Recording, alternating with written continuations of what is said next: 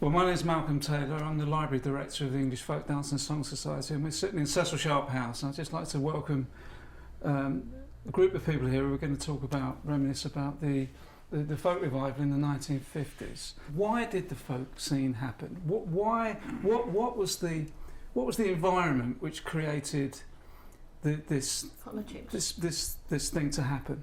Politics. Yes, I agree with you. I would agree with that. The Aldermaston March, Down the Bomb, and people were singing and playing with this, and I was involved in the Unity Theatre, and then from Unity Theatre we went and started a folk club, and it was only about the second or third one in London at the time.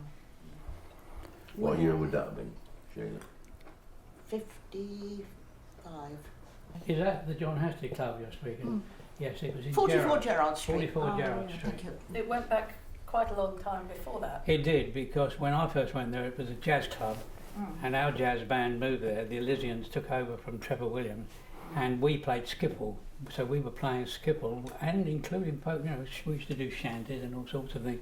That was before Hastie had moved there. It might have been a different night anyway. But Yeah, I know we it were was Sundays. definitely We were there. Sundays. Oh yeah, you were definitely there. And yours, that Hastie Club was probably the first pucker folk club, the thing that took itself seriously as a folk club. I mean, there was ballads and blues before. Ballads and blues ran quite successfully at Theatre Workshop. Joan Littlewood's. I think that was The Skiffle Cellar. And the Skiffle Cellar, yeah. Skiffle Cellar opened in 57. That's right. April the 14th, 57. I would say middle 50s would be the sort of... Yes, because there was a lot going on before any of that happened. Yeah. Another quite big influence, of course, that's hardly ever talked about, were the youth festivals in various East European places, in John Hungary.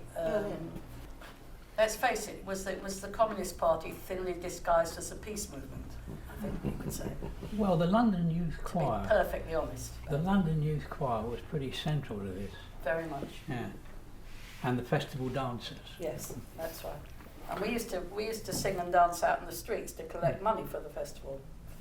And I went to 3 of them. When did skiffle start? We were calling ourselves Skiffle and Blues. Well, I mean, there were records available. There were white and bigger one of cotton. Well, if you go back to the Ken Collier, the Ken Collier band had a skiffle element within that, didn't it? One of the things that influenced people into skiffle was all the records from America of blues singers, blues artists, and black music and country music. And also, you didn't have to put on a white shirt and a dicky bow. The story is that it was, the post-war Britain. It was the Labour government, the Festival of Britain, all those kind of things were happening in society. Yeah. But you had this jazz boom because of the influx of records brought over by maybe the troops, the Americans. American services, you get them on the PX. Those jazz records, some of them came to Britain way before that, during the war and before. Yeah. But then the story goes, the way I've always read it, is that you get the jazz clubs, and then that kind of splits into the revival and the trad, and as of course the folk revival did, and then during the jazz nights, Lonnie Donegan will get up because he was in Chris Barber's band and do his. That's right. Chris Barber had a little skiffle group inside his band. But that was all a bit later, really. All of it. No, it's a bit complicated. But what happened was that the music hall network was declining, and the arrival of television round about that period, what you had was the last struggles of the music halls. They were trying with striptease shows, for example, but they also they cottoned on to these skiffle things, and you mentioned Chaz McDavitt, all of and Hylda herself.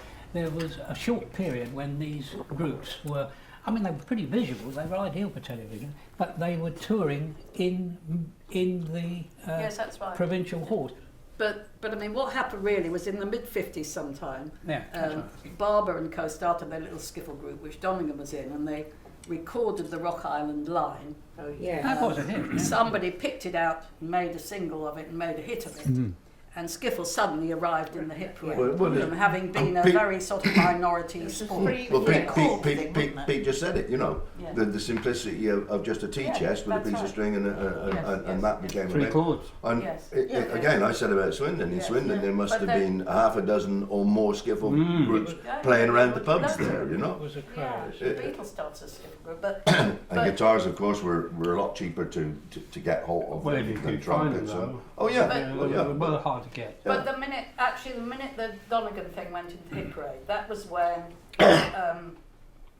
that's when it started to be exploited commercially, and skiffle groups went on tour on the halls, as John says, the sort of fading music halls. They were variety theatres. Yeah. How do we get from skiffle to folk? How do we get? No, it didn't Yeah, happen. no, exactly. But that is They the were story. both going on contemporaneously, and Right. and if anything, the folk was before the skiffle. Yeah. Yes. Yeah. It was You know, was and all there all the time. when the first interest in folk started, our models were kind of American models. They were the Weavers, they were Woody Guthrie, they were Leadbelly, Jack Elliott. Jack Elliott, all these guys. And in a way, it was Ewan and Burke who then came in and said, you know, you shouldn't be singing this American stuff. You should be singing your own music. So, Hylda, you said that the skiffle and the folk scene were concurrent. Yeah. I would say Where were the first folk clubs? The first things were not clubs; they were coffee bars. In the middle of the 50s, there was the coffee bar, the great Gadget revolution. Yeah. Two eyes. Two eyes. Two Eyes was a bit later, Bit- actually. yeah, it Before was, the yeah. first coffee bar was at the top of Northumberland Avenue, and there was various ones. There were some in quite a few in Covent Garden. There was the Red Nucleus. Oh yes. That was Hampstead. There was Bungees a bit later, which only fairly recently closed. And all of us who'd learned to play a few chords on the guitar and could sing a few folk songs, quite often they were taken from Burr Lives or Josh White, not inevitably, would ramble around those things and sit and play, which brought in custom, and the groups of people gathered and they would play. Yeah, And absolutely. they would that's sing nice. these songs, and that was in the mid-50s. The coffee bars, of course, were very often open well There after was- the pubs were closing and too, there was which the- was an there was the- advantage. The G's, the I's and the A's, actually. There was the Gar and Gimble, which was down below Charing Cross, where Charing Cross Station is, Oh, right. and down that little road, where people used to meet up and hang out and Tommy play. Steele started there. Tommy Steele started there. Talent spotters came there. Alex Campbell would come in and, Alex Campbell would and come get a in. band. You know, where's you're doing, you're Yeah. doing, Yeah. let's go out and busk. That's right. That's yes. Yeah. Well, a lot of them were buskers. Well, our band, that's what we started off doing, busking the Ramblers. We used to busk underneath the arches, right, quite close to the G's. I think the Communist Party played a fairly major role in the promoting of folk clubs. Yes, No we did. question about that. I Definitely. mean, I you would know, say so. the Ian Campbell group came out from a party perspective. I mean, the very first, the time of the Birmingham Six getting tubbed up.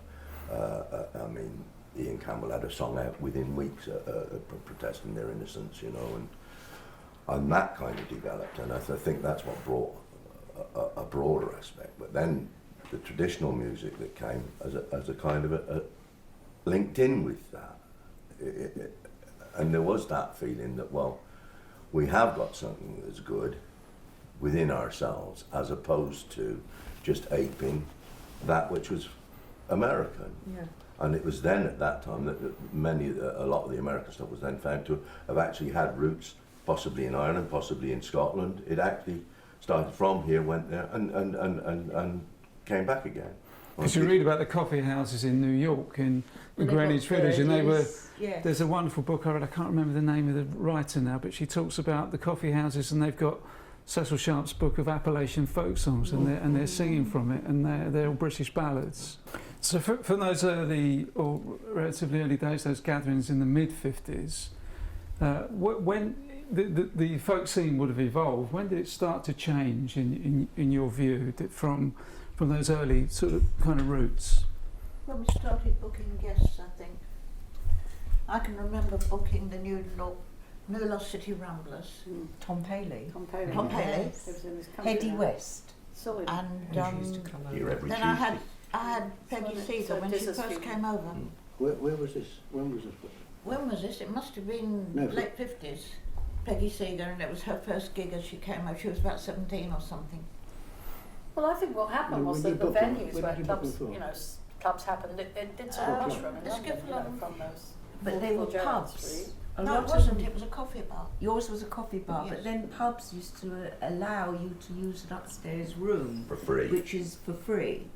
And the Enterprise is Chalk Farm in Road. Chalk Farm, and various other pubs allowed you. There's still some going today. They allowed you a room upstairs, and you went up upstairs, and it was just devoted to folk music as such.